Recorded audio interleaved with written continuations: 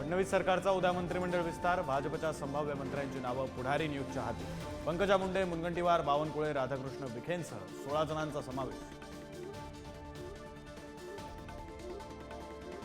One nation one election विधेयक सोमवारी लोकसभेत मांडलं जाणार। केंद्रीय मंत्री अर्जुन राम मेघवाल मांडणार विधेयक। इंडिया आघाडीच्या विरोधाची भूमिका, तर अधिवेशनातील भूमिकेकडे लक्ष। भारत जोडो यात्रेदरम्यान राहुल गांधींना पिगी बँकेतील रक्कम देणाऱ्या मुलाच्या आईवडिलांची आत्महत्या।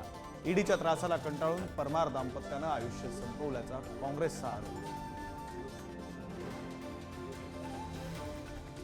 दिल्लीत काँग्रेसच्या भूमिकेवर शरद पवारांची राष्ट्रवादी ही नाराज। गेल्या काही दिवसात दिल्लीत भेटीगाठी वाढल्या। साहित्य संमेलनाच्या मंचावर पवार आणि मोदी एकत्र येण्याची शक्यता।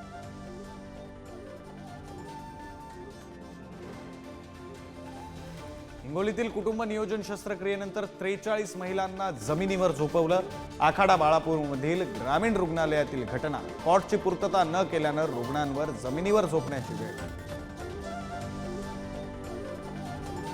बीडच्या मस्साजोगचे सरपंच संतोष देशमुख हत्याकांडाचा तपास सीआयडीकडे वर्ग। पीएसआय राजेश पाटील यांचं निलंबन, पीआय प्रशांत महाजन यांच्या निलंबनाचा अहवाल एसपींकडे सुपूर्द। विरोधकांनी उपस्थित केले होतं प्रश्नचिन्ह।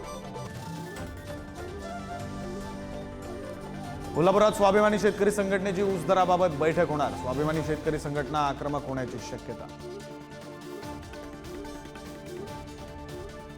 कोकणातील आंब्याचा सीझन 90 दिवस चालणार। बाजारपेठांमध्ये आंबा पोहोचायला सुरुवात, दराकडे लक्ष।